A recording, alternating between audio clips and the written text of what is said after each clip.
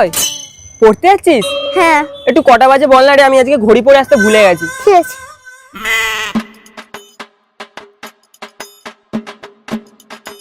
लेकिन ये साला कर क्या रहा है यहाँ पे?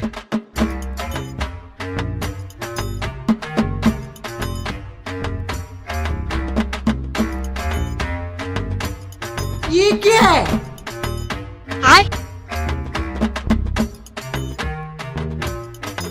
कुछ तो गड़बड़ है।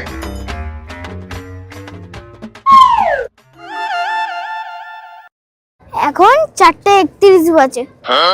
আরে বাস, তুই এটা করলি কিভাবে? আরে এটা ইঞ্জিনিয়ার বুদ্ধি, তুমি এসব বুঝবে না।